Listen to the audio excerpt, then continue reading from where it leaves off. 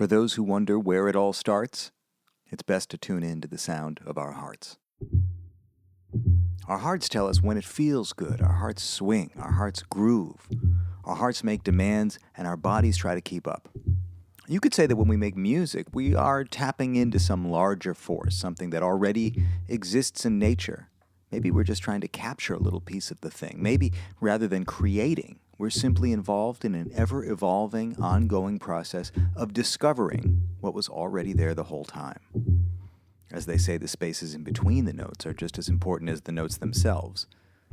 But if you fill in the spaces just so, an even deeper truth may be revealed. Welcome to The Third Story. I'm Leo Sidran.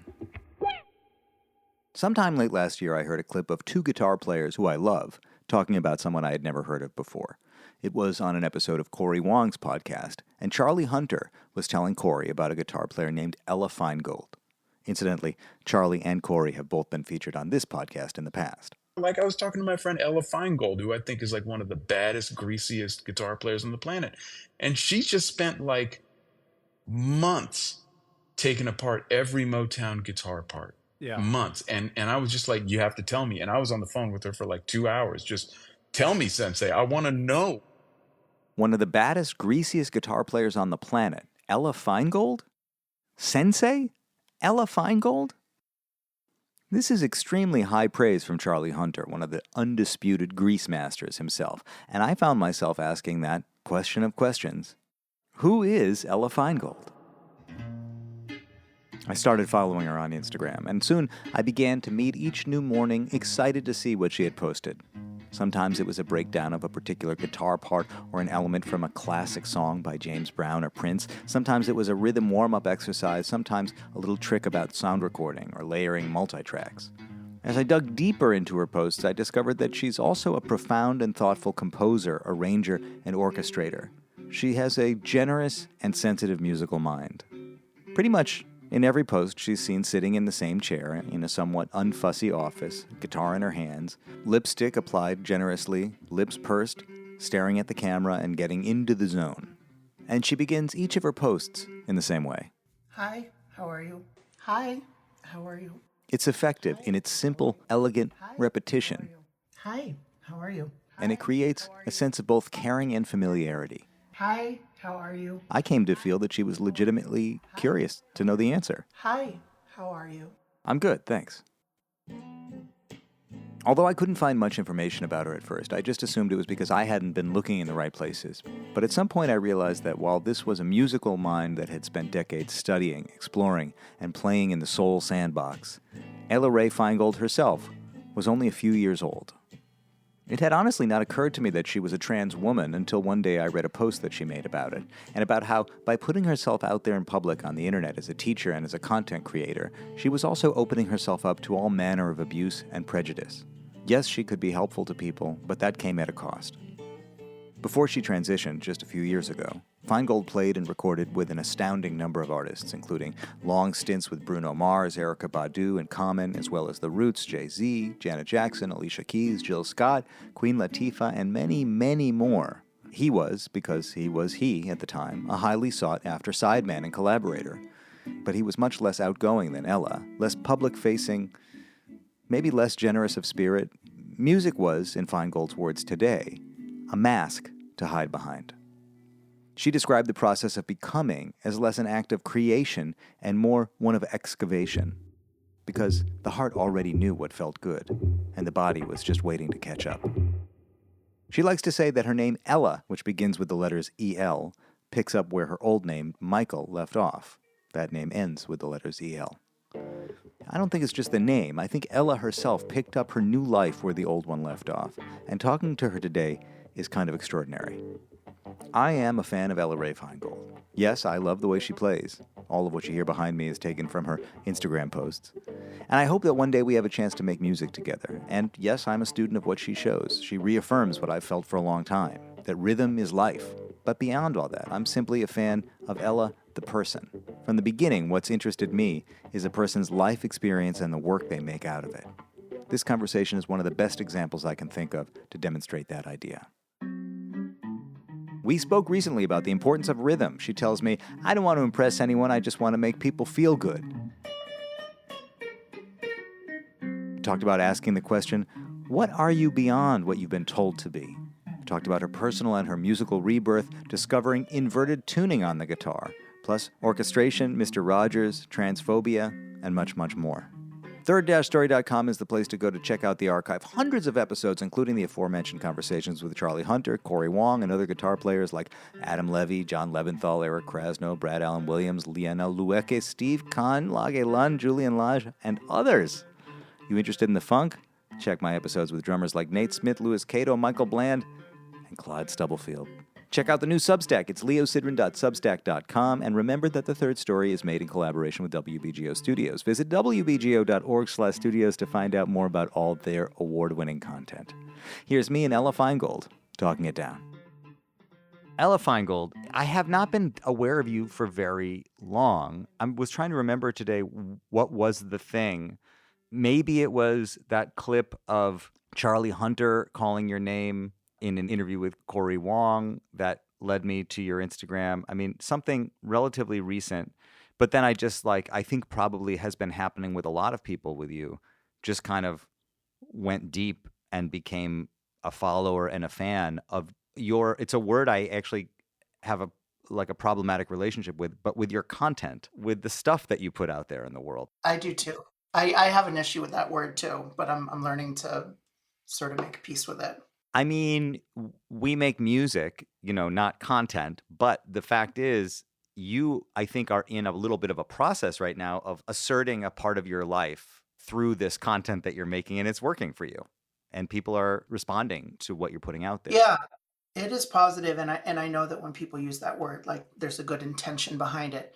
I think for me, it's like I just want people to see me as a person, and that I don't want to be like a content creator and a brand. Like I want them to see the person before anything, the humanity first. So sometimes I just notice certain exchanges that maybe the humanity of it gets lost and they just see someone as a brand or something. But that's for me to kind of figure out. So, we can talk about as much or as little of your humanity as you want to talk about, but I have to say that when I started following you, I was struck initially by how just funky and, as Charlie said, just greasy your playing was. I mean, it was like, whoa, this is like my favorite stuff. And then I was like, who is this girl who's playing so funky and why do I not know who she is? I didn't perceive you as a trans woman for a while. It wasn't even part of my experience of watching your content, your work, whatever you were putting out there. Yeah. Maybe not even until you posted about it, and I realized that part of the double-edged sword of being a content creator, being somebody who's in that space, is that, as you say, people make comments as if you're not a person, as if maybe they feel empowered to talk all kinds of trash that they wouldn't say to a person's face, but they'll say in the comments of an Instagram post. And I have to say that also then intrigued me about what you're doing, because I got the feeling that you are really in the process of becoming Ella Feingold in public right now. And we're kind of watching all of that happen through what you've been putting out into the world. Quite literally, and very articulate and thoughtful and well said. Yeah, that's exactly what's been going on. Yeah, I mean, I am a trans woman, and I try and just make my page and whatnot just about being a musician who happens to be a trans woman rather than a trans musician or whatever. But I know that when I do talk about those things, it comforts people or it helps people feel comforted if they happen to be trans or just whomever that they are, whatever that they're struggling with personally. So there's a part of me that does it for that. There's a part of me that speaks on trans stuff because I want to normalize what it looks like to be trans. And by that, I mean, it doesn't look like anything. It looks like everything, and I think that certain people just have a stereotype of what they think that a trans person would look like or whatever. So I guess I'm trying to occupy the space of the cute, curvy, funky girl next door that happens to be trans. That's my visibility or whatever.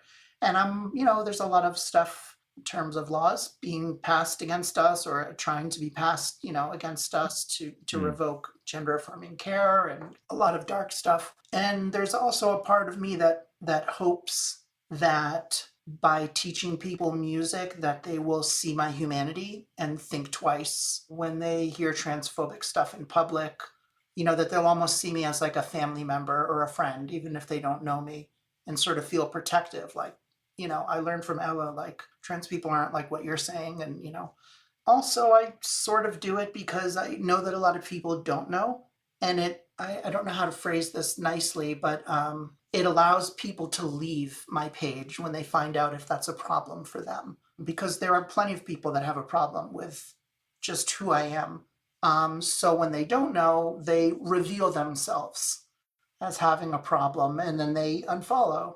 So it is sort of, I don't want to say cleaning my page, but just making sure that the people that are around, whether they care about me or not, at least value what I'm, trying to put out there, which to me is just love. It's just love. I mean, it's music, Yeah. but to me, it's just love. And I know this is going to sound a little bit kind of cheesy, but like I want to be like a figure like a Mr. Rogers with funk guitar, because with him, that was the only time I ever felt safe in the world. He had a slowness about him. I'm not him and I'll never be him, but I just want to give a sense of like care, that I care about someone, which is why I always ask people how they're doing in the video and whatever, and just want to put some love into the world. That's a very noticeable thing that you do. You say every time, "How are you?"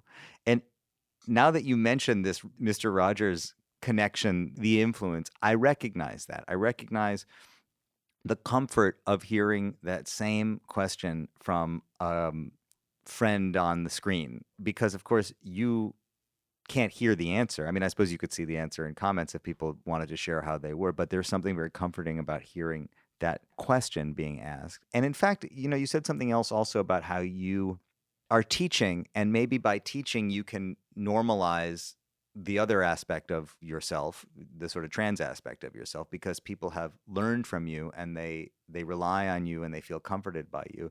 I know you have a Patreon page, and I don't subscribe to it, but you give a lot away for free. You really have shared a lot, not only with funk guitar, but then I went back and I found all this orchestration, deep diving orchestration stuff that it's like, wow, she gave a lot away for free. And maybe part of that, which thank you for doing, but maybe part of that is tied to that motivation that you have of drawing people in and getting them to be just comfortable and familiar with you as a person and as a teacher. Yeah, I mean, that's totally fair. I do have to say, to zoom out, like none of this was intentional. I never planned to teach music. I never planned to ask people, like the whole like, hi, how are you? Like none of this stuff was planned. It just slowly evolved and settled into a thing. And I do give a lot away for free. And I hear from a lot of people that there seems to be a void specifically with guitar in terms of rhythm and people not talking about rhythm. It surprises me to hear that, and I hear it quite literally every day. And I'm happy to be like that little corner of the world that talks about feel and making music, feel good. And I'm still working on making music feel good. I work on it every day. Well, I want to talk about that for a second, and then I'd love to just hear the more global story of how we got here. But you said something in one of the early posts that I saw when I started following you that I absolutely loved. In one of your analysis of, some part from some record, James Brown record or something, you showed the guitar part, and then you said, "Are you confident enough?" You asked the question of your student, of your viewer. Are you confident enough to go to a gig and just play this part and know that this is the work? This is doing the work, that you don't have to do more than this. You need to commit to this. Can you do that? Because as much as we might look at rhythm guitar and say, oh, there's not much going on, obviously there's a lot going on, but it's easy to believe that this sort of simplicity is insufficient to impress an audience, or that we're not really doing our job when we're just playing rhythm guitar. And I loved that you posed that question, because I suspect that most people watching that video would not be able to answer yes. I would be comfortable and confident enough in the way I'm making people feel just by playing this rhythm guitar part that I wouldn't have to do anything else. Yeah. I mean, I think there's a lot to be said on that. I hear a lot in music when someone's being tasteful, and I don't know if you agree with this sentiment. When someone's being really tasteful, locking into something, it's like, wow. I mean, the musical restraint that they have, the restraint, as if they're holding something back. And I used to never think about that. Just, oh, yeah, okay, yeah, they've got great musical restraint. Oh, they're tasteful, whatever. And then I really thought about it, and it's like, it's not restraint for me. Like, I just enjoy playing that. It's kind of like if you sit down with somebody you really care about on a vacation with a gorgeous view, why do you want to get up and go somewhere else? You're just comfortable and happy where you are in that moment in time. And I sort of look at rhythm guitar kind of like that. Maybe that's a little overly poetic, but just like I don't want to go anywhere else. I'm enjoying the view. And that view might be a D9 chord for 7 minutes. I don't, feel the need. I think also the deeper that you get into rhythm guitar, the more you understand a lot of the nuance and the fact that, the guitar, it's not just the note is on or the note is off, but there's, I mean, an immeasurable number of sort of steps in between that. And I look at rhythm guitar like that in terms of pushing into a sound and dead notes. And so I just have so much fun playing with those nuances. Like I enjoy them. And I guess the last thing that comes to mind is I don't want to impress anyone. I just want to make someone feel good. And I think that partly goes into my Instagram page or my social media that like I genuinely want to make people feel good because I know what it was like to have suffered for so many years, not being myself. And if I can do it playing a D9 chord because that's something special I've cultivated, I'm glad to do that. And I don't feel the need to impress someone doing something else. And someone said something once, and it may be like a live, laugh, love quote or something, but someone said something like, people will never remember what you said to them, but they'll always remember how you made them feel. And I sort of look at rhythm like that as well, like they may not remember the blistering solo, maybe they will, but they'll remember like that feeling of their body moving without knowing and just what it felt like. One of the distinctions I hear you making is that playing great rhythm guitar is not the absence of something. It is the thing itself. It's not that you're not doing something. It's that you are doing this. You're committing to doing this other thing. I enjoy it tremendously. I hear you saying that it's tied to your personal transformation in some way, that your commitment to rhythm guitar in a way aligns with your personal transformation. But you were already clearly a huge scholar of this stuff. This is where you came from. It is. Musically. I know that I always valued rhythm for different reasons. It wasn't easy. It wasn't something that came easy for me in the beginning. My earliest memory was being in preschool and like dancing to Michael Jackson on the tables. They used to have to tell me to get down. So rhythm always moved me, and especially that kind of music. My dad raised me on Motown and the Spinners and the OJs and the Stylistics and whatnot. I can't say that I appreciated it at that age because I was a grunge girl in the 90s. I grew up, listening to Nirvana, and that's what everyone my age listened to. But my dad raising me on that bloodstream, how I felt it, how I heard it. He used to just always tap on his leg in the car. I remember him singing, excuse me, to the music. And it really did shape who I am as a musician and my appreciation because it sort of felt like a lullaby in a way that just it was constantly there. And I don't think I really consciously gravitated towards rhythm and that kind of music until probably like, college. You grew up in Boston or outside of Outside of Boston? Boston, yeah. Swampscott. It's next to Salem, like with the witch trials. And what do your parents do? Were your parents musical in any way? Not at all. I'm the only person in my family that's done music. A lot of artists in the family, visual artists and whatnot, but not musicians. Yeah, my dad was a lawyer. He was an attorney and just loved great music, and my mom is an artist and interior decorator. They're both retired now. I attribute that to my father for sure. My mom certainly also nurtured my love of music, driving me to guitar lessons and stuff like that. But to be perfectly honest, which maybe kind of sways a little from the question, I got into music, period, later in life in terms of learning an instrument because I like needed a mask in life, like because of who I am and what I sort of had to go through or not go through in terms of not living authentically. I knew I needed like a mask, and music felt like a good mask to sort of hide behind because it seemed cool, and I enjoyed doing it, and it served me well. We, on a societal level, have learned a lot about the trans experience. I mean, it's happening as we speak, but it's very recent for so many of us. And so we have language and we have examples. But when you were growing up, there were probably far, far fewer examples. I mean, you, in this moment, are acting as a kind of example for the next generation of people, and particularly maybe young musicians who never saw anyone like you in the past. But I guess what I'm wondering, if you're open to talking about, is Yeah. when you knew and what that experience was like for you, if you had the language for it, or if you were able to tell just personally what was going on with you. I knew somewhere between 3 and 5 years old, and I can explain how I knew.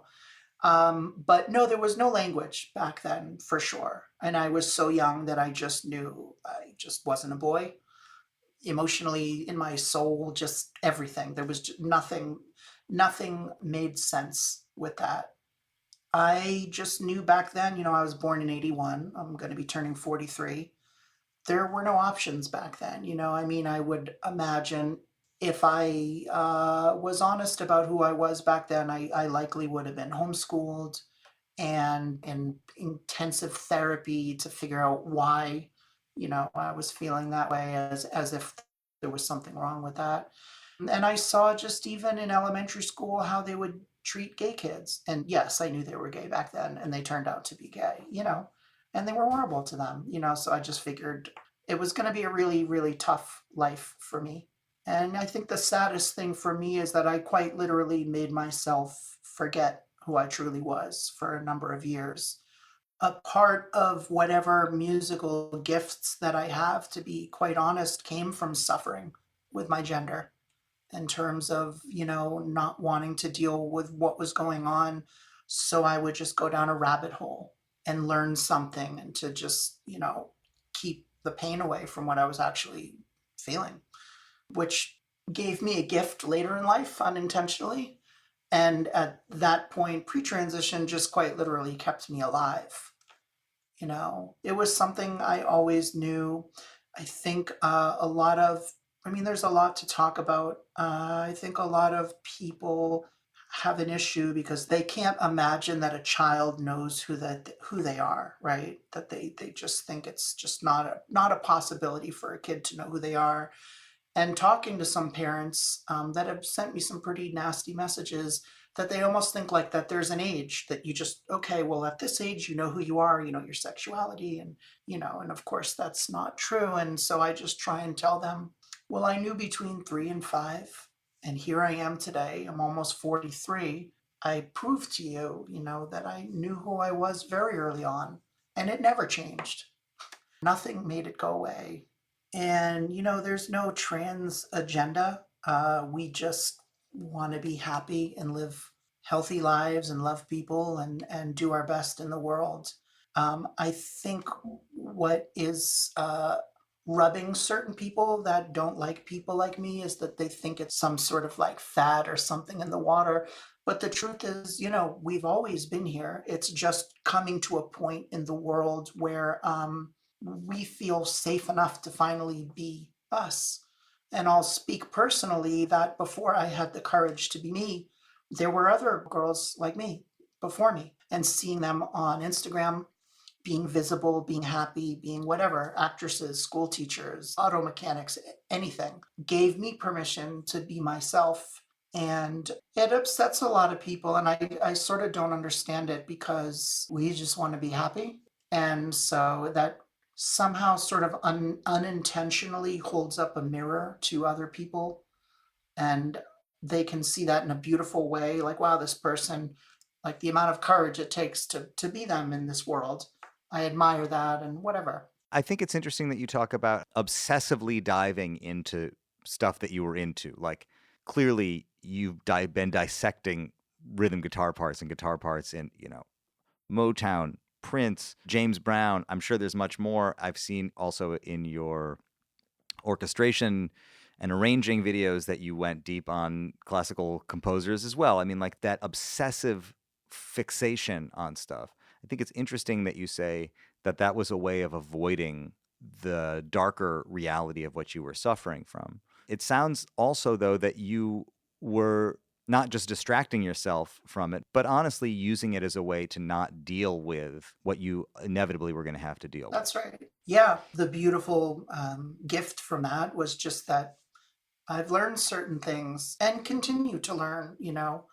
I mean, again, it was not an intentional thing. It's what kept me alive, because there were just a lot of times I just, didn't want to be around. And it got just suffocating and incredibly overwhelming. I guess what I would say to people that don't understand is, like, to be a trans person in this world and deal with waking up and seeing trans people being murdered and seeing laws being passed. I mean, I feel unsafe a lot of times with men and a lot of these things. Like, who would choose to live that life if it weren't genuinely who they were? Who would make a choice to go, yeah, I'll take oppression, I'll take violence, I'll take going to a bar and having a guy flirt with me and not knowing if he's gonna hit me when I tell him I'm trans. Like, I'll take all of those things. No one chooses that unless that's just genuinely who you are. And it's just who I am. I don't know why a lot of people just have a hard time admitting that trans folks exist. You alluded to this earlier where some people say, oh, there must be something in the water. There's something. Why is this contagious? Why is this happening now? It's true that we're seeing so much more today that it leads some people to believe that it wasn't happening before. Not that it was happening in a closeted way or that it was happening behind the scenes, but they just think it just wasn't real, and then suddenly it became real. I think that's your generation, our generation, is living through that transition. Because, like, I have a 12-year-old daughter for whom it is much more normalized already. Just seeing one generation later, there's so much acceptance of people that when I was growing up, and I'm a little bit older than you, but we're the same generation, was not part of the equation at all. Yeah. Trans people, there's this sort of saying, I think to myself, like, who are you outside of who you've been told you're supposed to be? And a lot of trans folks, non binary folks, whatever, kind of have shattered that. Like, I'm going to be me outside of whatever your expectation is of who you told me I'm supposed to be growing up. And I think that's why there's a lot of hatred towards trans folks. Um, because it's almost, this is a weird analogy, but it's almost like they see us coloring outside of the lines and it pisses them off, and that they're not happy in whatever life they're living. And when I came out over 3 years ago, and I didn't know what the response was going to be like, I didn't know if my career was just going to be completely shattered. I had no idea. The one thing that I didn't expect was when I came out, I got thousands of messages from people. And you might think, oh, congratulations, I'm so happy for you, or I always knew, or whatever. And there were plenty of messages like that. Most of them were people telling me how unhappy they are in their life, whether it's in their marriage, that they're actually gay, that they're actually trans, that they're secretly dating a trans person. Me sort of jumping off the cliff without a parachute sort of rippled through all of the people that saw my post. And it just let me know that trans people can sort of awaken something in other people. And it can be a beautiful thing, or it can terrify them. And they can be incredibly angry, about that. And I think that's what some of that trans visibility does, is it terrifies some people because it makes them think of, who am I outside of who I've been told I'm supposed to be? I don't want to be a lawyer or a doctor, or I don't want to even be in this marriage. I'm not even a straight man or whatever, you know? But it puts a lot on you also because you become the safe space. You become the person that people feel comfortable to share their own secrets with. Yeah, I mean, I'm touched by that, and I try and set boundaries with what bandwidth I have on any particular day. And first and foremost, I try and hold space for other trans folks that really need to talk because I know what it's like to go through what they're going through, because I literally go through it every day. And just try and be there for people when I can. But I suffer too, like I have things that I got to go through. So I do what I can. Where did you go to college? What did you do after high school? What were the steps that you made? I mean, you've lived a very complete musical life up until 3 years ago. You had a career. What part of that journey can we talk about? What did you do after high school? After high school, well, I didn't even finish high school. I ended up going to community college and getting a GED so that I could go to Berklee College of Music.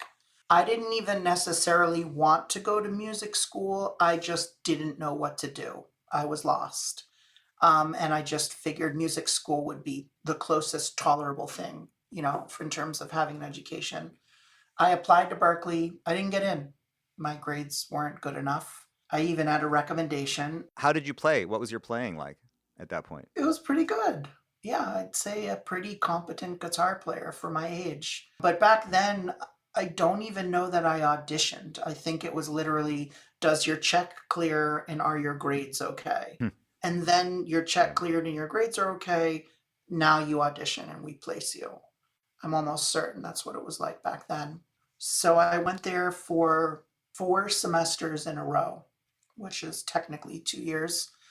I ended up dropping out because I went to study with Spanky Alford, who was my mentor, and one of them. For those that don't know, like Spanky was sort of the guitar architect of a lot of the records from Lucy Pearl, D'Angelo, A Tribe Called Quest, Tony, Angie Stone.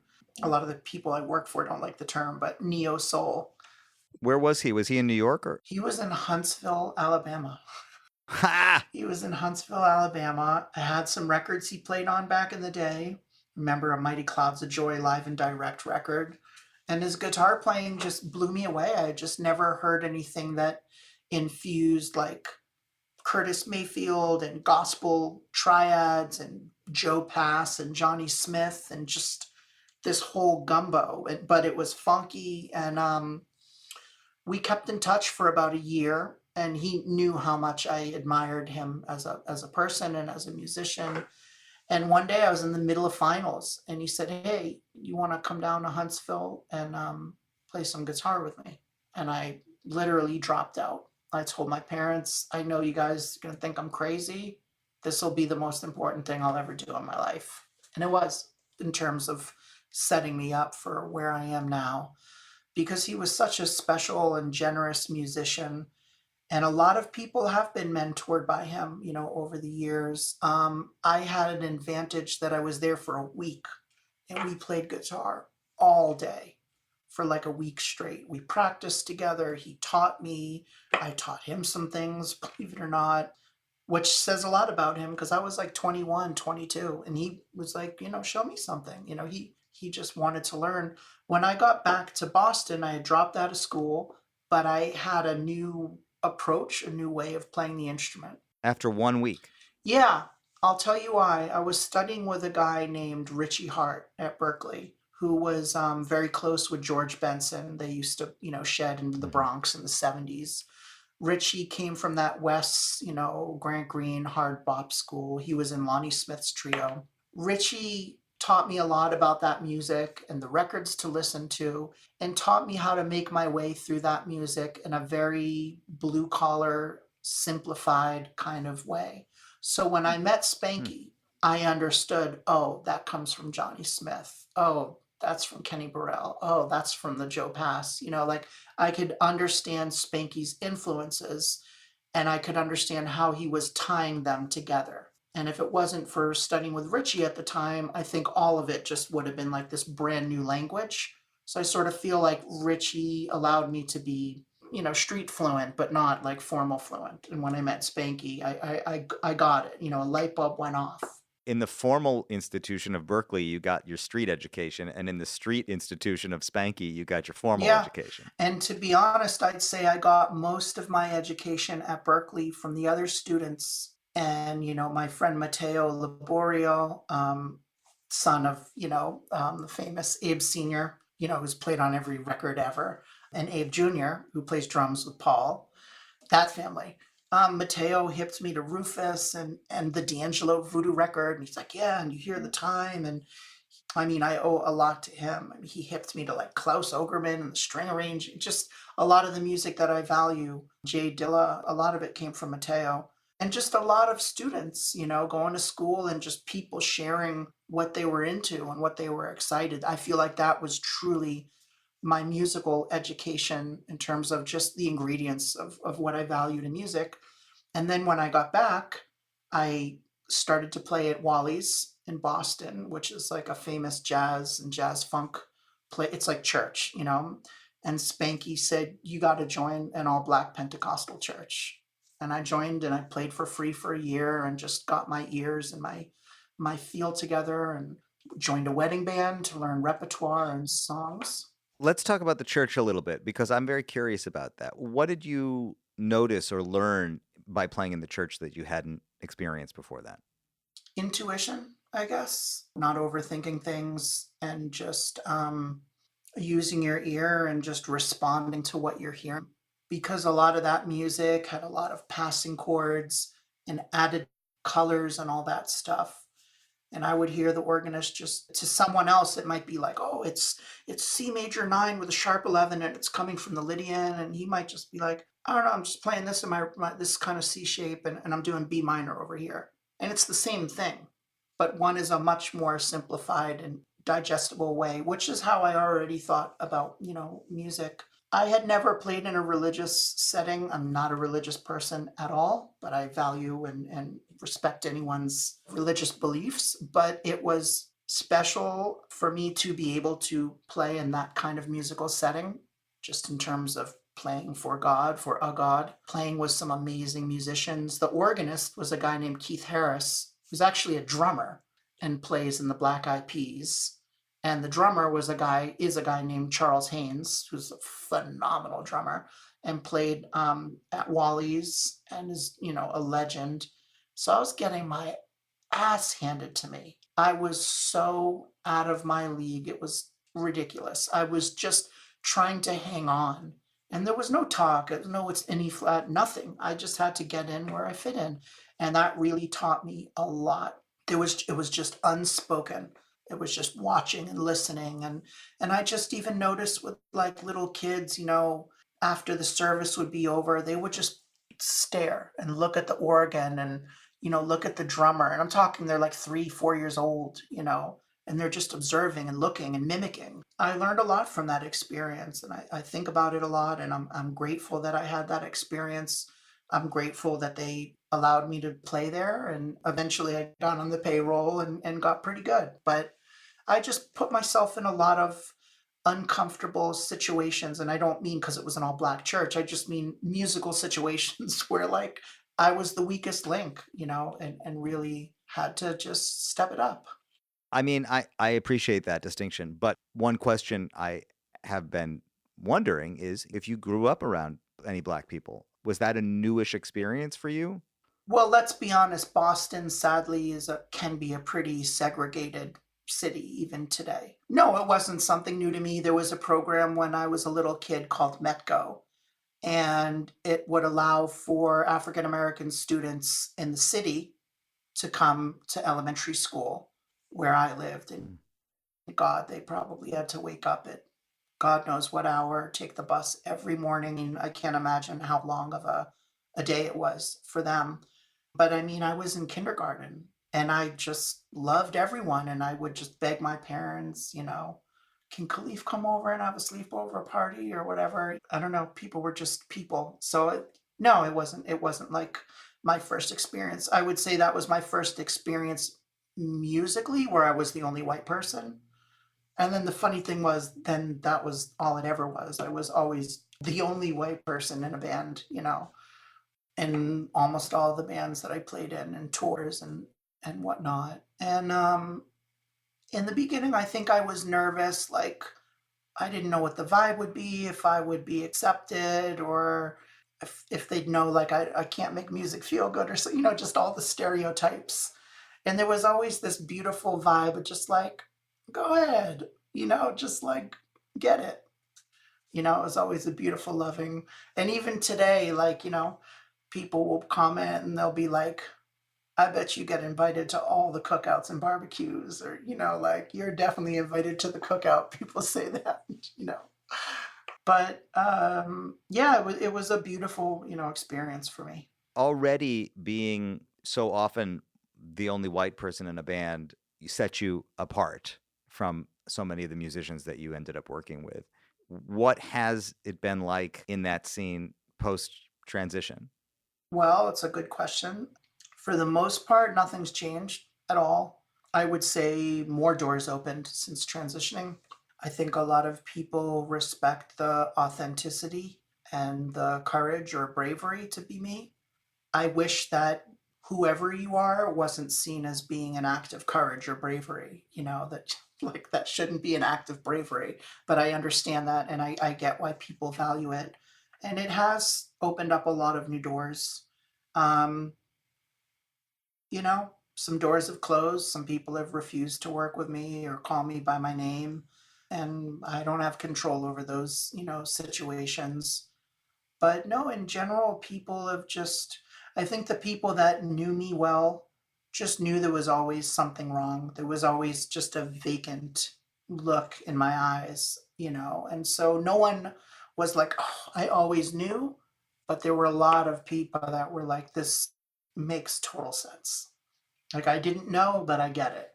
And so it's beautiful to re-meet these people as who I really am and cultivate just even better relationships with people. And one of the musicians in Erica's band, I mean, they're all amazing. Erica called me personally and was tearing up on FaceTime when I came out, and telling me how proud of me she is. And the whole band, was really cool. And there's one guy I keep in touch with a lot, and my mom named me Ella Ray. And so he always calls me like, cousin Ella Ray. And You say your mom named you Ella Ray. So yeah, when you were looking for the new name, you went to your mother, or you asked your mother to name you? yeah, I'm glad you brought it up. It's a very odd thing to happen. So, trans people, when they change their names, because most of us do, not all, our former name is known as like a dead name and a name that we don't want to ever be referred to again. And we pick a name that is fitting to us. I didn't have a name. I was kind of thinking of a few ideas, and I'll be honest in that the beginning of my transition, it wasn't easy for a lot of people that knew and loved me, and there was an adjustment period, and I know my mom was kind of having a hard time. And I just asked her unplanned, like, well, if you gave birth to me again, what would you name me? And just, it was, one of the greatest. I mean, I could like cry thinking about it. She just, without hesitation, oh, Ella. And I would call you Elle. And it was like the greatest name ever. I love my name. It's just me. It's just me. I love it because it's bluesy. I love it because of Ella Fitzgerald. I love it because my former name, the where that ends, Ella begins, and the letters, I think in French, Ella, it's like she has or something. There's a lot of reasons that I love it. And I was like, wow, and I was like, well, what about a middle name? And she said Ray, Rae. I mean, just like as if she had just without, I mean, it was just the most natural. It was just me. There was no fighting. Well, like I need to pick my name. I was just like, that's me, mom. Yeah. Do you have siblings? I do. I have a sister. Yeah. She's three years younger than me. Yep. I mean, that's so deep too, right? Because the relationship between sisters is not the same as the relationship between a brother and a sister. Yep. You said this thing about people meeting the real you or meeting this other version of you. Sure. Like I look at pictures of you that you've posted from before. You posted a beautiful video recently of yourself playing a duet with yourself from before. And you look so unhappy. Yeah. So anybody who engaged with you at that time would have been engaging with somebody who didn't have the same energy and the same spirit that you have today.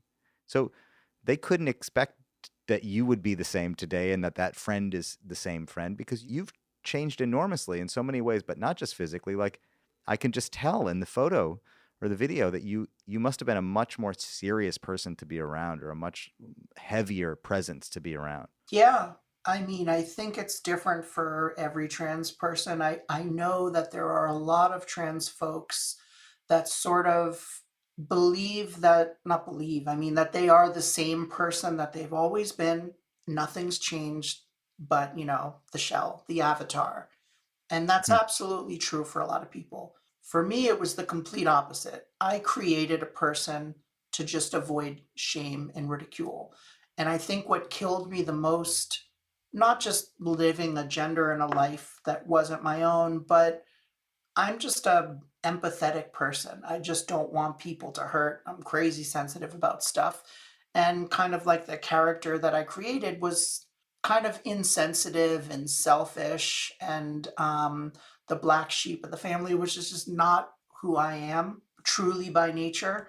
And it would always just break my heart to like play that sort of character because I didn't know what else to do. I didn't know how to show who I truly was. So yeah, having these relationships, I mean, even my mom, who I think knows me better than anyone, was just like, you're just a different person. You're just a completely different person. And I am. I mean, even my best friend, I mean, he's just, I could name specific things, but just like his mind gets blown that it's like, I just can't believe that's the same person. I mean, one small sort of zoomed out version is just like pre transition me was judgmental and would never talk about successes that I had or share accomplishments, really downplay everything, just sort of not want to be seen. And me, I hang my accomplishments on the wall, the record and the Grammy, and like I'm proud of my accomplishments and I want to share them and I worked hard for them and I know that yeah for my one friend it just sort of blows his mind just cuz him and I were quite literally best friends. And are you still? Has the friendship survived? There were a lot of adjustments. I mean, he had to relearn, he had like a bro where they would like talk about gear and do, and I'm just like I like that stuff, but I also like a lot of other stuff that he has no interest in. Yeah, and then for myself, not just other people, that I have this massive task of unpacking all of the things about my personality and saying, what was truly me and what was something I created to avoid, shame and ridicule. And certain things they get discarded easily. That wasn't me. And and things just sort of um emerge and other things it's hard, I mean it was 40 years, I mean it was a life in it like a life. Totally. I think it's very interesting and telling that the language that you're using about your former self is that was a creation and that this is the authentic you. But at the same time, in your 40s, you have to figure out all the logistics, which we don't even have to get into, but or we can, whatever, Yeah. of who this is, how you everything from like cosmetic questions and like physical presentation and what's my look. You don't have 40 years of experience of what your look is. You have to either discover or create or a combination of create and discover what that new person is. I feel like pre-transition was, it was just a character that I created. Who I actually am, I just feel like whatever it is that I look like today or however I present myself, it's almost like an excavation, like an archaeological, like it was always there. I'm just excavating it, out of the sand or out of the ice or whatever. I just know it because I just gravitate towards things. But sadly, no, I wasn't raised female. So there's a lot of things I have to, how do I put my hair in a top knot or wait, I'm not supposed to sleep with my hair down, and like, oh, no wonder my hair's all ratty and greasy. I wasn't raised that way. And so it is hard. I am quite literally transitioning and going through second puberty in my 40s in front of the entire world. And there's a cuteness to that. And I also think that sometimes being trans is a beautiful thing that doesn't always necessarily get the grace to grow and blossom. And I think I'm doing amazing for 3 years in. But yeah, it's a lot. It's a lot kind of existing and keeping my career going and putting myself together.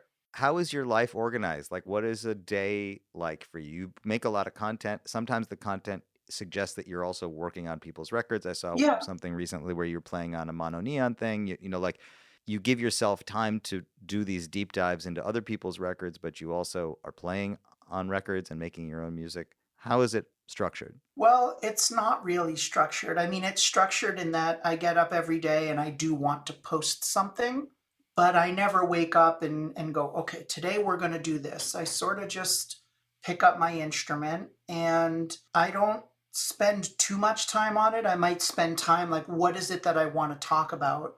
And then I turn the camera on and it's usually the first go. There's no editing, there's no multiple mics, and it's just kind of a beautiful mess of where I'm at. And but I do always make sure that I'm sharing something that I do and that I own in the sense of playing it on a gig or on a record, not just regurgitating something from a book or something like that. And then I go about my day, or if I am working on something like, with mono neon, or I'm working on something literally now for Bootsy, which a lot of these things I wish I could share, but I can't share the stuff until it comes out, and then even then, I'd ask people like Bootsy or Bruno or whatever for their permission to share these things. So yeah, it's a combination, but it always starts with just in the morning trying to, put something up, hoping people, would see the value in what I do and want to subscribe to my Patreon, because I certainly can't make the price any, more inexpensive and accessible for musicians. What was the first big gig? I know that you were with Erica Badu for a long time. We sort of got derailed, but Yeah. you were in Pentecostal church Yeah. after that. I mean, you're still in your 20s here. We've got like, this piece of like 15 years of your life. But Yeah. can you just give me a broad sketch? Because the truth is, it's quite difficult to find information about where you've been. Well, my first tour, I was, I think, 22 years old, and it was with Queen Latifah. I had gone to LA twice to audition for the musical director Ricky Minor, who at the Hmm. time was doing American Idol, and this was before Leno. I auditioned for Britney Spears for her Onyx tour. I was like 21. And it was sort of like someone was letting me just let the kid go in and audition. Like they were doing me a favor, as in they're never going to get the gig. Well, I beat everybody out. And it was just down to me and another amazing guitar player, Errol Cooney, who plays with Janet, and Stevie Wonder, phenomenal guitar player, and one other guy. And this guy ended up getting the gig, and I think Ricky was incredibly shocked and impressed, and said, I remember he said, "I got you up here. I'll reach out when the time's right." There was one more audition for another artist. I flew out on my own dime. I didn't get it, and I just asked him, am I doing something wrong? Is there something I need to work on? And he said no. He said, and it was honest advice. He just said, every artist is going to want something different. Some people want to look, some people want a resume and experience. Some people want, the shiny rig and the dance moves. Some people just want the musicality. Some people want it, it's just you don't know what someone's looking for. And I remember he just called me randomly one day and was like, "Hey, Queen Latifah, we're going on tour. It's the Sugar Water Festival. It's with Erica Badu and Jill Scott and Floetry." And I'm just, my heart's pounding. And he's like, "I'll tell you what, fly out. If you get the gig, you can go home and pack and all that stuff." So, but he's like, "I really want you to have the gig." He's like, "There's no time. I need you to get on a plane now. Like, just get to the airport and find something." So I literally went to the airport with my guitar and a toothbrush and a pair of underwear and some pedals. That was it. I mean, I swear I had nothing with me. And I make it through security, and he calls, I'll never forget this. He calls me and he goes, "Hey, Are you at the airport? And I said, yeah. And he said, congratulations, the gig is yours to lose. And that was him telling me that I got the gig. And I was like, it was like winning the lottery. I was 22 or something. So I went out there and it was all the heavy hitter LA touring musicians. And that led to everything else, Erica Badu and my work with Jill Scott and Questlove and playing with the Roots and Jay-Z and Bilal and all this stuff was from Sugar Water and just meeting these other people, whether it was through a sound check or whatever. Did you move to LA? And where do you live now? So I live in Western Massachusetts in the Berkshires. I lived in LA for 10 years. That was a whole nother unexpected thing. The tour ended and I had a place in Jamaica Plain, was, still had my church gig and my Wally's gig. And I don't remember if I think I still had my wedding band. And when the tour ended, I just was like, I don't know, do I go back to Boston? Like, I'd never even thought I'd go on tour. None of this stuff was planned. And the drummer, Teddy Campbell, his wife has a group called Mary Mary, the gospel group. And he would just, I wasn't even asking for work. He just said, hey, I think you'd be great for it. Do you want to do the gig? And then, I stayed on a friend's couch and I remember my first rehearsal. It was in the Valley and I like go outside and Paul Jackson Jr. is there, the famous session musician. I'm just like, so, I'm talking to him and he's giving me tips on sight reading and all this. And I was just like, okay, I need to be here because like I'm not going to be bumping into Paul Jackson Jr., in Boston. So that was it. I just found a place to stay and then eventually went back home and settled up my affairs there. Lived in LA for 10 years and I toured for 10 years straight, living out of a suitcase. I wanted a different life because of what was going on with me personally. And I didn't want to be on the road anymore. I just felt too raw emotionally. I had some experiences that led me to becoming an orchestrator, which is actually how I make my living. I mean, guitar as well, but that was really paying my bills, and still does. Like some of those orchestration gigs pay my bills for the entire year. And I just took a chance and moved to Western Mass just I hope this will work. Wasn't moving here obviously for the thriving music scene, although we do have Tanglewood and all the amazing classical music. It was like I just needed a refuge. I just needed a safe place to just kind of deal with what I was dealing with and to learn the craft of orchestration. And I really sort of did my 10,000 hours. I just bought tons of Ravel without understanding how incredibly complex the orchestration was. Just sort of taught myself, and then I ended up taking some lessons with a professor at University of Montreal.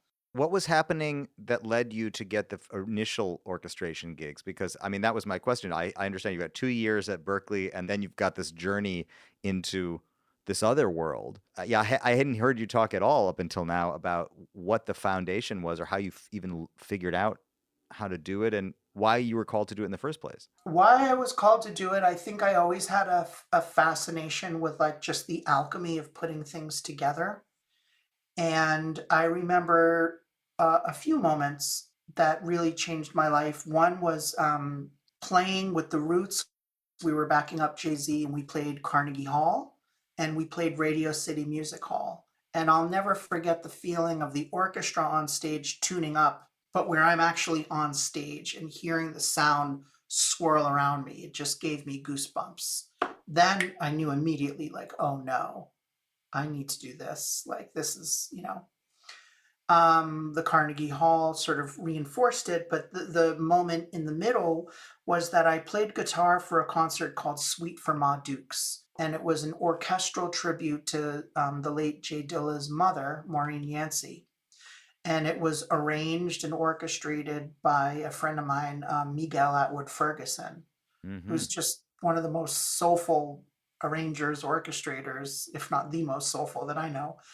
And I was just enamored by his arrangements, his orchestrations, but it was like it gave me permission kind of thing, because I was like, wait a minute, this guy's young. Like, I thought you had to be like 70 to do this. That's how naive I was. And him and I had a lot of conversations after the concert, and just me kind of telling him, this is what I want to do and how do I get started. And he gave me a couple of lessons. And I was still on the road with Badu in Europe. And I would just buy these little pocket scores in France or wherever I was. And I would read them on the bus, having absolutely no idea what I'm looking at. I couldn't even read music well back then, let alone, bass clarinet in A, or, some Strauss score with, horns in E flat or whatever. But I would memorize what the sound was and in relation to what I was looking at, almost like a picture book, like an illustration. Like, oh, when I hear like, "Ooh," like it looks like this. It's like a little hamburger with slashes. So I started to just sort of memorize without really knowing what was happening.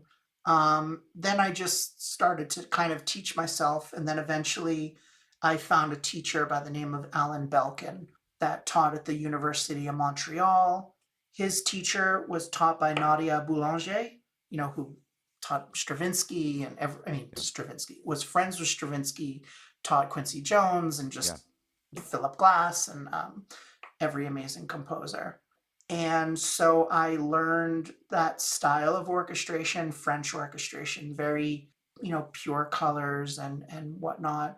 And I would just say I obsessively just stared at the scores and only looked at Ravel because the music spoke to me like James Brown does. And I just wanted to go right to the thing that spoke to me. If you ever look at a Ravel score, I don't know if you have or not, but there are all these, it's as if it's a tiny canvas with lots of little brush marks everywhere, as opposed to a massive canvas with broad strokes. I had so much fun not only listening, but looking at all these tiny little brush strokes and going, why is that there? Why did he, and sort of having this mindset of like, I don't trust that anything is just there on a page. Like, there's a reason that that little brushstroke is there, and I need to find out why. So I got really good at understanding Ravel's style to the point where, I orchestrated a lot of his piano music that he didn't orchestrate, and started to write a book. John Wilson, who has a Symphonia London, I believe, I think that's the name of his group, he wants to perform some of my orchestrations. Truly, like, orchestration is a massive passion. A lot of people don't know that. I don't talk about it a lot just because it doesn't reach a lot of people and it alienates a lot of people. And I know the people that I have orchestration students, and I love to talk about it to anyone who's interested. But a lot of people just, are interested in guitar. I can see where they overlap. I watched a couple of your orchestration videos today, and there was one thing where I learned where you had taken, I think it was a Stravinsky thing, but it might have been Ravel, where it was 3 bassoon parts, and they're playing essentially the same thing. Stravinsky, yeah. But the articulations are different. Yeah. I have done some orchestrating as well, and it had never occurred to me to break up the articulations in a section like that before. And I was like, God, this is so deep. But it's actually not that dissimilar from taking the 2 rhythm guitar parts in a James Brown piece, or Prince even more so. The sound that we hear, we think it's one sound, but it's actually divided into these pieces. I think you're actually kind of telling the same story. These are the same principles. Yeah. When something stops and starts, with propulsion, like, it has its own energy by, there's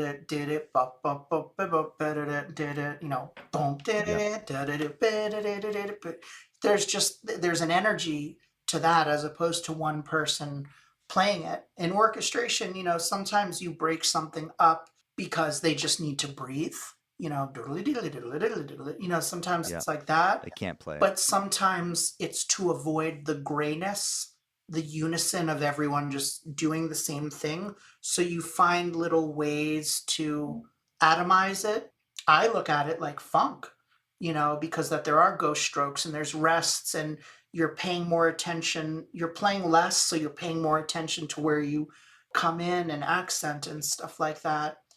And yeah, it's its own color, And I totally take those principles from James Brown into orchestration, and vice versa. When I think Ravel and I do a certain trill, or, even take like someone like Wah Wah Watson, for example.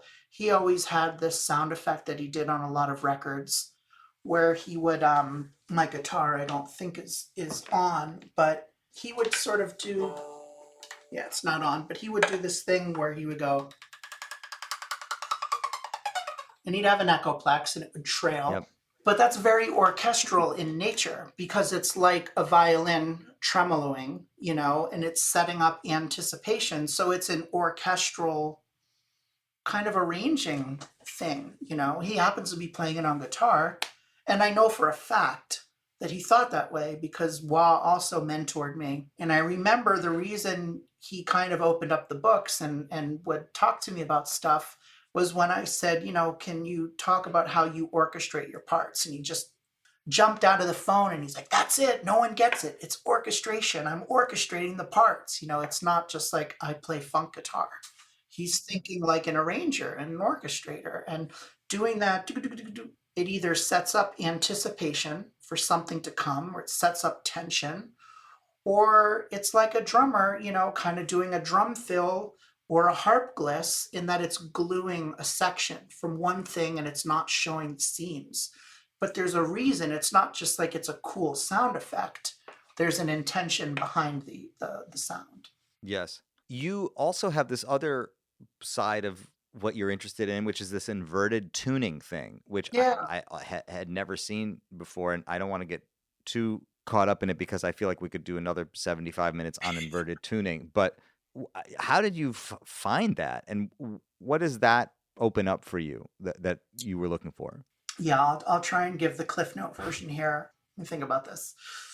It started from my friend and teacher, Jeffrey Lockhart, who's a professor at the Berklee College of Music. Jeffrey played at Wally's. He is hands down the funkiest guitar player I've ever heard in my life. I'll fight anyone on that. He played upside down. There was always something incredibly unique about striking the strings from the high notes first and finishing through on the low strings.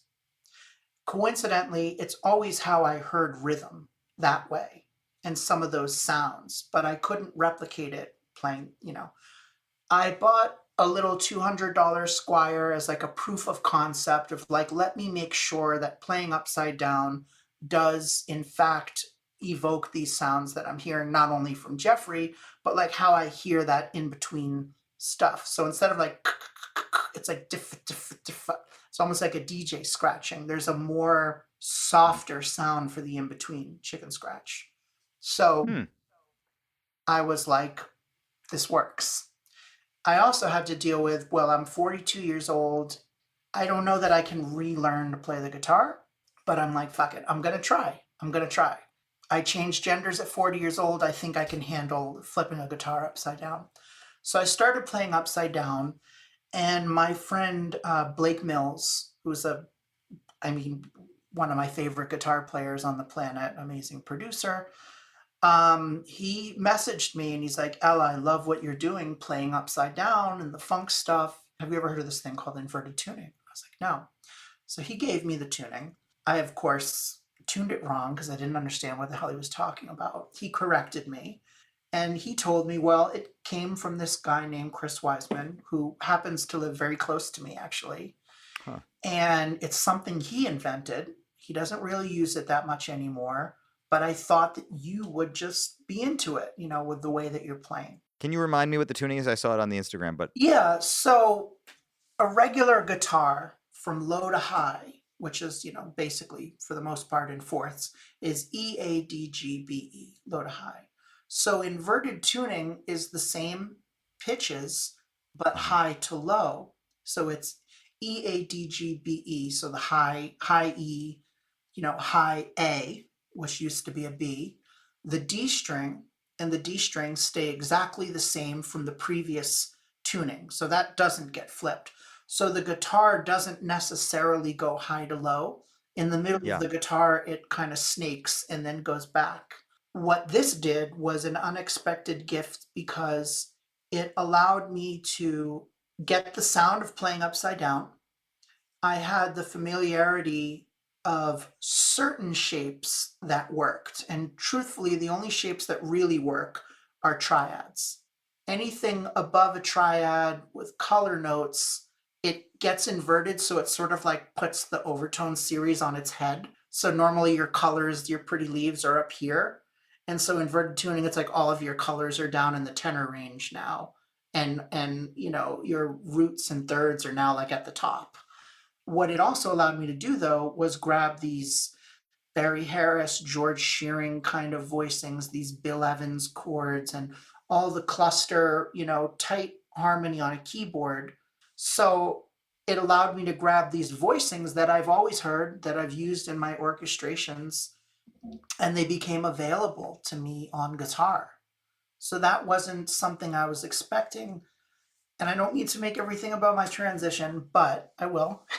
It was uncharted territory for me, and I had no one to look to. And I sort of looked at it like a musical rebirth, much Mm. like my own rebirth, in that I had to just figure this out. I couldn't go, yeah, how do you play a minor nine chord on this thing? I don't know. You can't go on YouTube. So I just had to figure it out. And so it gave me, I would like to think, you know, a unique voice on that instrument and tuning, because no one else was doing it. I had never heard Blake do it. I had never heard Chris do it. And I got to meet Chris, the inventor of the tuning, about a year and a half later. I was doing an interview for this guy, Rhett Schull's channel. Shout out to Rhett, and also RJ, and Streetwise Guitar. Sorry, all those happened at the same time. And I called him to say I'm doing these interviews, and I obviously want to give credit where credit's due. And you know, I played for him over the phone, and he gave me the best compliment ever. And he just said, Ella, inverted tuning was made for you. Hmm. It's like, I just believe that there's certain things created that are just not meant for the people that created them. And he was just like, hearing what you're doing with it, he's like, it's yours, you know? Um, and it was just such a generous thing. And he sounds amazing on the tuning as well. And it's cool. Like when I first met Charlie Hunter, Charlie, I would say, is probably the first, if I can say the word celebrity, but you know, amazing, amazing musician.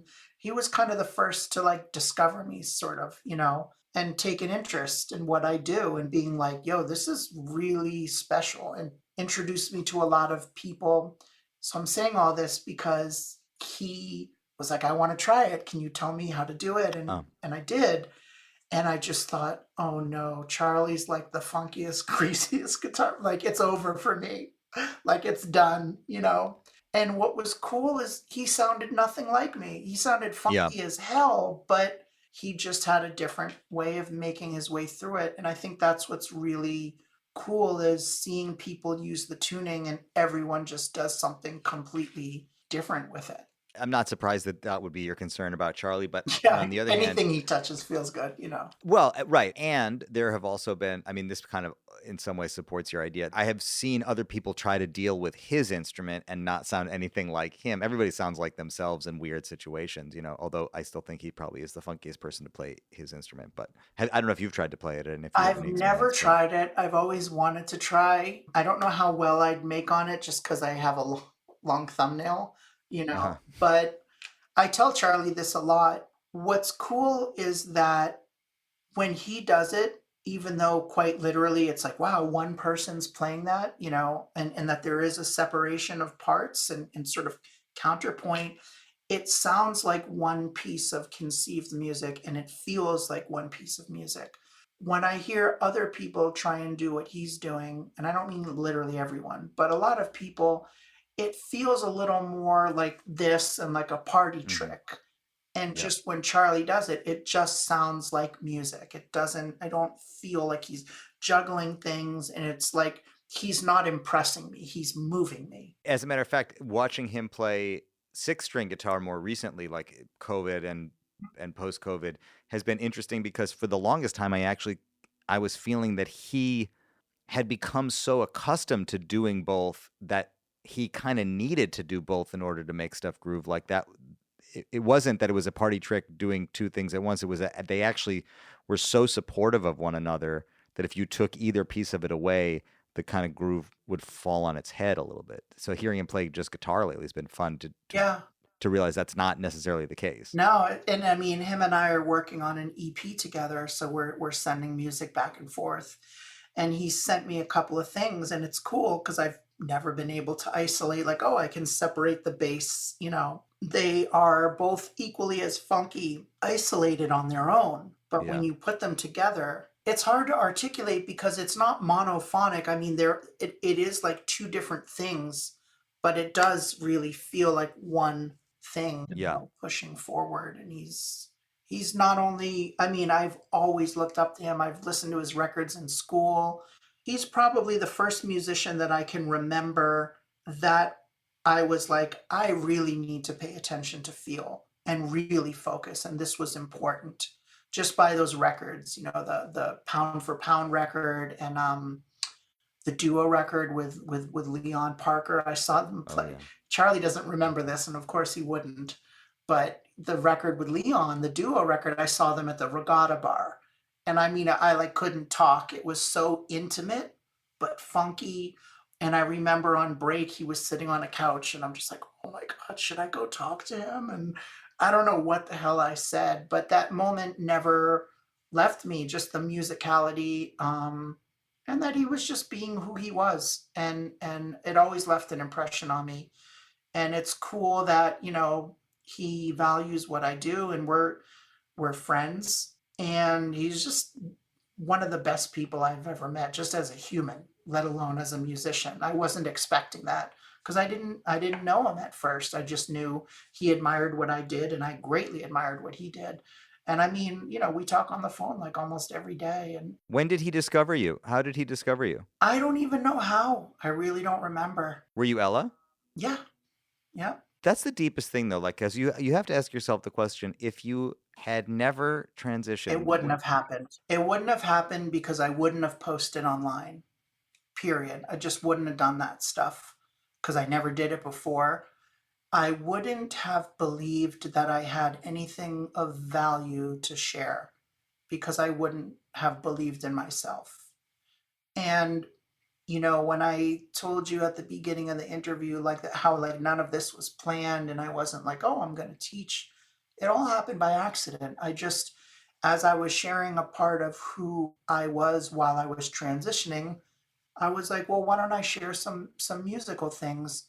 My first thought every time I would post a video was like, everyone knows this. It's like, yeah, okay, thank you, but I thought everything was going to be painfully obvious, you know. And when I would post, it was like there was a mirror being held back to me, and the audience or my friends or whatever were telling me what they thought. And the thing I kept hearing was, nobody's talking about this stuff. I had no idea. Nobody really talks about rhythm guitar. I just kept hearing it every day.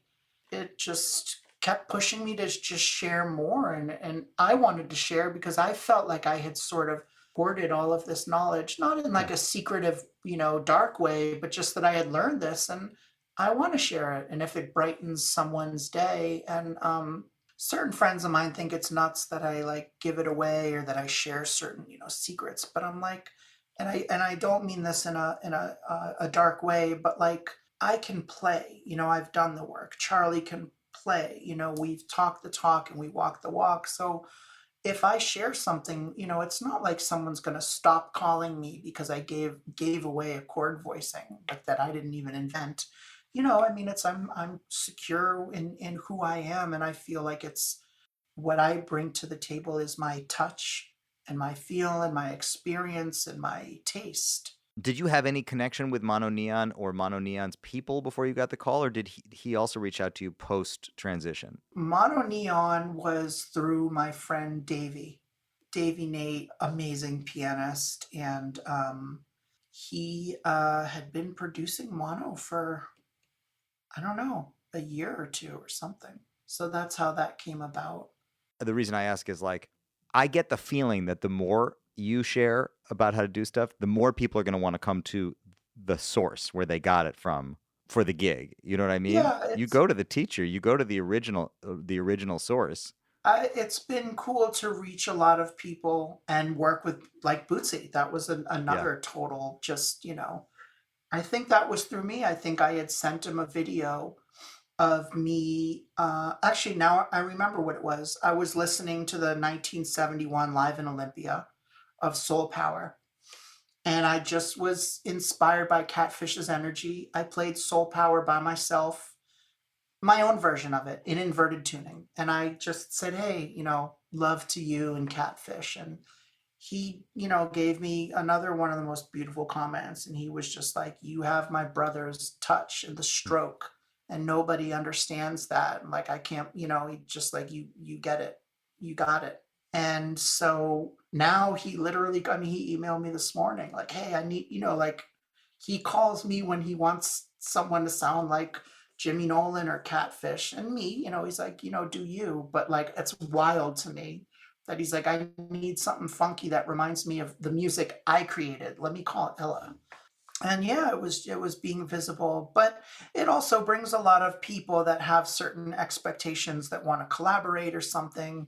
And I'm picky, I don't want to play on something if I don't think I'm the right call. I don't want to play on something if it doesn't reach me, where I don't feel like I can Mhm. add something. And a lot of times people will want to like collaborate, but I'm just a single chick living in the woods, like trying to keep my lights on, and like I got to make a living. And there's an expectation with this like positivity, like I love what you do, let's collaborate. And I don't have time to play for free. I have friends that I love dearly, and I play on their records for free because Yeah. we have friendship and we have time built up, and I'm happy to do that, and I don't expect anything in return. But for a complete stranger, it Yeah. just feels very presumptuous. No, I mean, it's funny, and it's become almost a cliche, but it's true. Collaborate means I'm not going to pay you to to play. I learned that the hard way today because I've said in a few different ways, just sort of like, yeah, I'd be happy to, do something, and I really appreciate you thinking of me. There just needs to be some sort of a budget in place. And a guy hit me up today, and he's actually somewhat of a well-known drummer. I'm not going to mention his name, but Yeah. he's worked on some Grammy-winning things, and just was like, I love what you do, and would love to collaborate. And I misunderstood. He wasn't very clear in what he wanted. And I explained, and he was like, yeah, got it. You'll only play for money. And he unfollowed me. But how is that? That's insane. I got it. You'll only play for money. As in, you're a professional musician? Yeah, I think he wanted me to be like impressed by his credits. And like, I've got some pretty cool credits too. I don't throw those things around for more money. Like, my Yeah. prices are pretty, my Yeah. friends are always like, that's all you charge for a guitar lesson or whatever.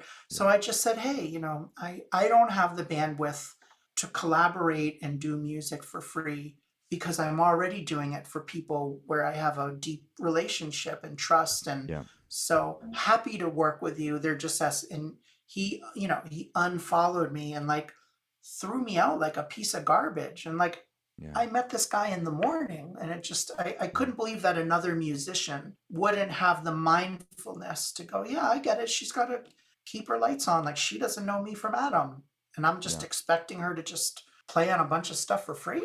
This is actually like one of the questions I was thinking about earlier was it's not really a fair comparison because you weren't the same you didn't have the same personality before, but like if there is a difference being a woman or a trans woman or, not a man, Mhm. when you interact with people, like if there's a different dynamic that you Oh, feel, particularly from men, oh, yeah. that suddenly it's different now. Oh, God, yeah. It's so unbelievably different. There's a lot of like, good for you, keep it up, good job. There's a lot of like mansplaining and, like literally explaining back to me what I just taught. I don't know how to say anything without a guy. I could just picture one of your listeners going, not all men, not all men. Yeah. Yeah. Yeah. No, not all men, but a lot of men have an issue with women doing something better than them. And that's not my fault. I work really hard at it. And so I just notice that there's a lot of patronizing kind of comments and a lot of mansplaining comments and just the patriarchy is alive. That's for damn sure. Did you, in the constructed male version of yourself, find yourself behaving that way? Absolutely. Yeah. Yep. just again to avoid shame and ridicule and avoid any kind of like, oh, they're really sensitive and and it's ridiculous to gender sensitivity or kindness or empathy. I just didn't know who to be because I knew I couldn't be myself. So yeah, there were absolutely chauvinistic and just things that just weren't me that that were said that I feel horrified about. But it was just thought it was cool. I'd be one of the guys, and unfortunately, I have the unique perspective of knowing what it's like to live in both genders. I should write a book because I know what it's like. I know the locker room talk. So, I'll just say in a very overviewed kind of way that when men approach me intimately, it gets very frustrating because it's like, you don't think that I know all of your Jedi mind tricks. I know all of them. I know everything that you're doing right now. I wish I didn't, but I do.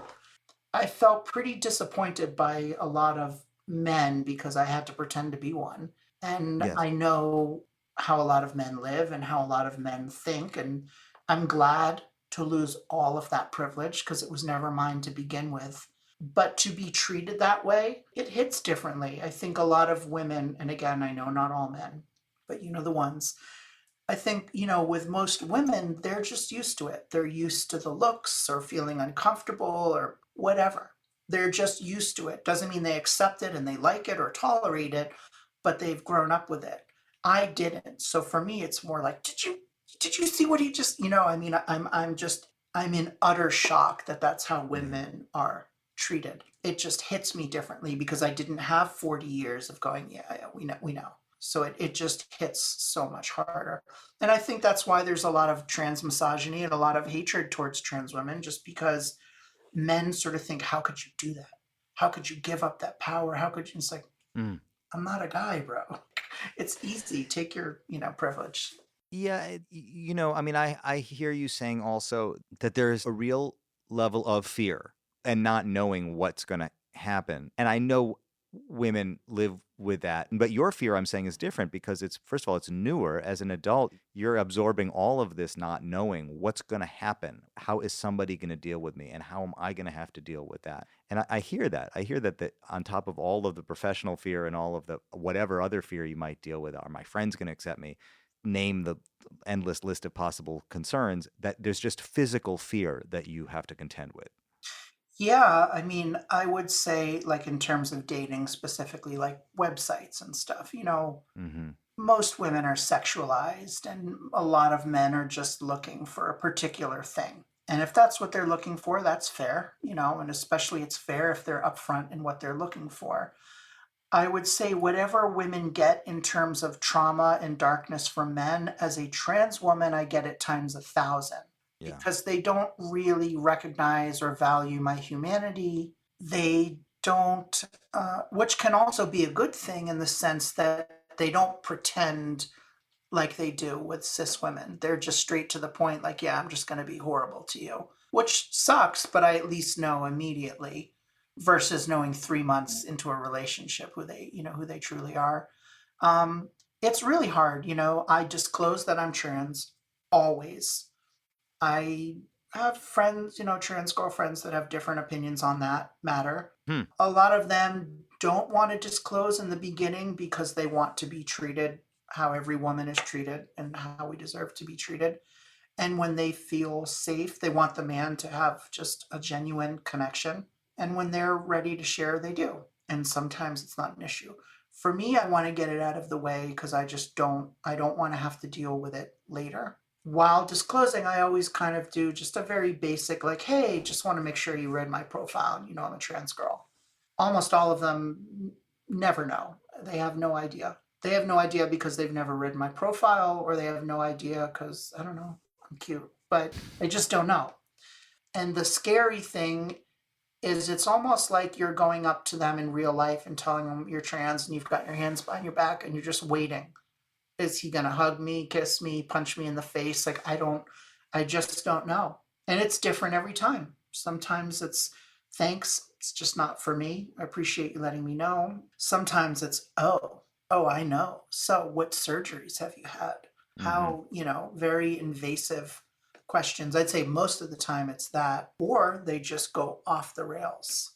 And that's where the fear of violence comes because I just don't know how someone's going to respond. And I was out with my girlfriend the other night, and we were at a bar, and she's like, "Oh, there's a cute guy, and we should go talk to him." And my first thought is me having to disclose that I'm trans in like a pretty blue collar neighborhood, and he could pull me closer and be like, "You're cute, it's all good," you know? Or just like, "Oh, for real? I had no idea. All good. So how's your night?" Or he could, push my chair back and call me something horrific, and you just don't know. And I don't, I have a hard time dealing with the unknown. And so Yeah. sadly, it does put me on edge a lot and make me sometimes misinterpret certain things because I'm just so used to that happening where it just comes out of the blue. And it even happens on Instagram, not even just dating, where someone will just say something horrific for no reason. "Oh, I saw your video. You're trans. Thanks for letting me know. Unfollow. You're going to burn in hell." And it's just like, Yeah. you just don't know when it's going to come. And it's always feels like a sucker punch in the face. It's such a hard way to move through your life where you're both prepared for violence or for the negativity that could come at any moment, and at the same time continue to put yourself out there for any number of reasons, because you want love, because you want connection, because you deserve that, because that's who you are, because you clearly are motivated also by knowing that the flip side of that hatred is an enormous amount of love and positivity that you're generating by being out and being what you're doing. But I cannot imagine waking up every morning, walking out my front door with heart open and arms open and just not know what's going to come, and make the decision day in and day out to continue to walk out my door with my heart and my arms open. It's tough, Leo. I don't know what to say. I mean, even just the online stuff is almost harder sometimes because I'm just working from home more and trying to be available. And it's harder online sometimes because literally in the span of 1 minute, I'll get, "Ella, I stopped playing my guitar, and because of you, I started playing again." Or, "Ella, my kid is trans, and they're having a really hard time and getting bullied at school. And I show them your videos, and they always smile and they say, 'That's me. Like, I want to be like that.'" And then 2 minutes later, it's like, "You child groomer, you molester," or like someone calls me fat and a tranny or something. I mean, and just like within this, you're just like, Yeah. "Oh, what a sweet message." Boom, you just get Yeah. clocked in the face. It's so hard to be visible. Have you been performing? Are you ready to go out on the road? Do you want that? Is that not part of your life right now? I'm not ready. I mean, I was in Michelle. I'm friends with Michelle and Cello. We're working on some music, and she had asked me, if I was interested in performing. And I mean, I'd love to play with her. I don't know if I'm ready. I joined Badu this summer in Nashville. She did an arena tour, and I was working with the orchestra in Nashville, and I sat in for that show. That was Yeah. fun because it just, it was like seeing family, and there were just so many people that you just kind of tune it out. But I have a hard time just doing smaller venues, and for personal reasons with just seeing pictures of myself and videos that I didn't take, and just dysphoria, body dysmorphia things, and it's hard. I'm not ready. I didn't know where you were. I for some reason I thought maybe you were in New York when I first reached out to you, and so I proposed that we meet Yeah. in person. And when you said no, I prefer to do it remotely. I mean, it wouldn't have worked in person anyway. But I also realized that even by me making that offer to you, it puts you in a position where it's like, well, I don't know if I'm ready to do that. I don't know if I'm quite at a place where I want to walk into a room with a stranger and, Oh, and it's be no, I mean, videotaped no, or you seem lovely. I mean, it wasn't that. It was more just coming into the city and, yeah, yeah, yeah, but I can say that doing these types of things, these interviews where there's comment sections, is always concerning for me. And I've watched your work, and you've interviewed amazing musicians. I can't imagine the comments will be horrific, but I've done certain channels, and I mean, the comments, the things people have said to me, have like literally made me weep. Just horrible. I mean, imagine we've been talking here and I'm smiling and sharing my yeah, life, and that someone watches all that and then still just says horrific yeah. things as if like nothing mattered. So it makes me hard to want to be visible in certain places where people don't know me. Like I said at the beginning, we are all experiencing, those who care to follow it, you're becoming who you are. Of course, we're all becoming who we are at every moment, but you've been open about sharing where you are and your process and your transition and all this amazing stuff about people who've discovered you, opportunities that have come. That Charlie Hunter thing comes to mind. It's like such a beautiful example of Yeah, he's what the would have best. never happened. Yeah. Do you have any sense, though, moving forward, of like, are you even able to envision what a successful version of this part of your life will look like? What does success look like to you right now? And what do you hope for in the near or not so near future? Honestly, Leo, I ask myself that question all the time. I think people might be disappointed by the answer. My dreams and my goals are what I'm doing now. It's my dream to be able to reach people and comfort them Mm-hmm. and spread love, whether I have a gajillion followers or one, truly, I'm not saying that, it's a virtue signal or whatever they call Mm-hmm. it. Like, I love that because I just know what it feels like to not feel good and to know that I could reach someone and brighten their day. And I know it from the comments I get. I love that. That just feels like success. And, the Grammy and the plaque and all the tours, and it's amazing. I don't take it for granted. It means so much to me. I hope all those things continue to happen. But those comments of like somebody feeling better about their lives because of me being me is the greatest feeling ever. So I just want to continue that. And I'm just a simple country girl. I want to get married, have a Yeah. cute, boyfriend, hang with my cat, teach. I know it doesn't sound very like goal oriented. I don't know that I want to be a recording artist or tour the world or be a brand like Corey Wong, who I think is a great funk guitar player. And no disrespect to Corey at all. Like We I haven't talked about Corey, but Corey, I would say, is the other rhythm guitar ambassador out there. And I will say you've approached it very differently. He certainly has elevated rhythm guitar yeah. to the front and center of the experience. It's funny, But people want to like pit us against each other, and yeah, I yeah, love Corey. We follow each other. I value anyone who values rhythm and wants to bring it to the forefront. And I adore him for that. Do we play differently? Yeah, cool. Everyone plays differently. People just will in my comments or in DMs, like, what do you really think? I'm like, I like yeah. him. I think he's awesome. It's like they're just wanting some kind of like, Yeah, I'm not down for that at all. I think he's yeah, great, of and course. I just love that he's using his platform to talk about rhythm when he could be shredding or doing something like that. Yeah, And he's slowly like incorporating more solos, and it's very tasteful, and I greatly admire the guy. And I hope one day I'll be on his little podcast that he does. That I'll have enough visibility.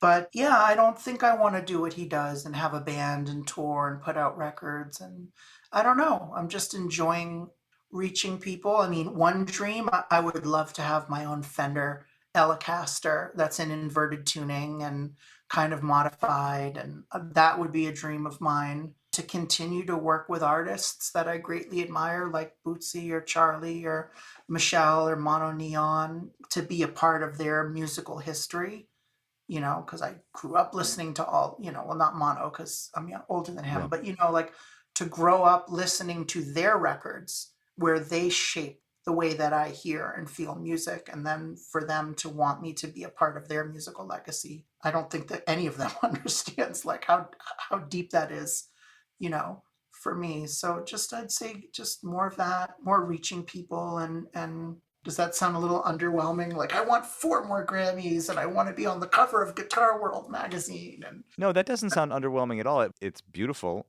Look, I will share, I relate to it in the sense that I had a conversation recently with my father where I said, I'm disappointed with myself sometimes that I'm not more ambitious.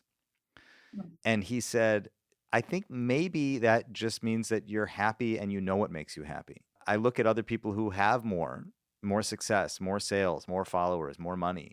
I would like more financial stability. I would like more listeners, but I don't want to change what I do. I just want it to reach more people. I want it to continue to grow. So I actually relate very deeply to what you're describing. yeah, I mean, I think we're in the same boat with that. And I can tell you that I've been featured in certain spaces where that might be something someone really, oh man, this guy's got 1 million followers and Yeah. he's having me on his thing and whatever. And anytime an opportunities like that has happened, it's blown up in my face. And the reason is because those aren't my, I don't want to say followers, but those aren't the Yeah. people that value me. They Yeah. don't know what I do. And so that's where sometimes some of the horrific comments come, or they're like, Right. this bitch is just playing a D7 chord. Who cares? Like, I bet she can't even solo, or. But that's what I loved about that comment. Do you have the confidence to play D7 and make it feel like this and do it for 8 minutes? Yeah, but it's the same thing with your listeners. Yeah. Like, okay, Yeah. maybe you reach more people, but will they Right. truly value your conversational style and who you want to talk to, and the Yeah. fact that maybe you don't want to do a clickbait, like talking with Ella and like some crazy clickbait title. Totally. I mean, of course, I see the people that do what I do and reach more people. And sometimes I watch it and engage with it. And I think it's interesting, but that's not. That's not who you are. Yeah, exactly. It's about finding your authentic version of you. And honestly, Ella, I always say that this project is really about exploring the space between people's lived experience and the work that they make out of it. And this conversation to me is sort of like the ultimate version of that, because you've been so open about explaining and describing how they interact with each other. It's not like your musical life and your personal life are separate. They've been so intertwined. So I'm just so inspired by the story and glad that you agreed to talk to me. I'm such a fan of just this whole thing. No, this exchange was beautiful. Really, I've never really been asked these questions in this kind of format where it mixes music and, my identity. And this interview will definitely continue to mean a lot. And I feel like I articulated a lot of things, and that like this is the true essence of who I am and how I think about things. And I'm just excited that like it's documented, because usually it's a little more compartmentalized where it's trans only or Yes. music only. And the thing that I've been realizing with someone like Bootsy or Michelle Indegliocello or Charlie is like, these are wonderful people. There is so much beauty and humanity, and that's why their music is the way it is because of who they are as people, and I think that gets lost on a lot of people. So being able to open up that side of things for people when you admire someone's craft and their music, but getting to understand the humanity behind it, I think is really important, so thank you for thinking of me. Been looking forward to doing this for a while. Well, I can't wait for people to hear it. Me too. There she was, my friends, Ella Feingold, the sensei of soul guitar. I'll be back again in your headspace with another deep dive before you know it. Until then, I'll talk to you soon. This has been a WBGO Studios production. To learn more about WBGO Studios' award-winning podcasts, special concerts, live streams, and more, visit wbgo.org/studios.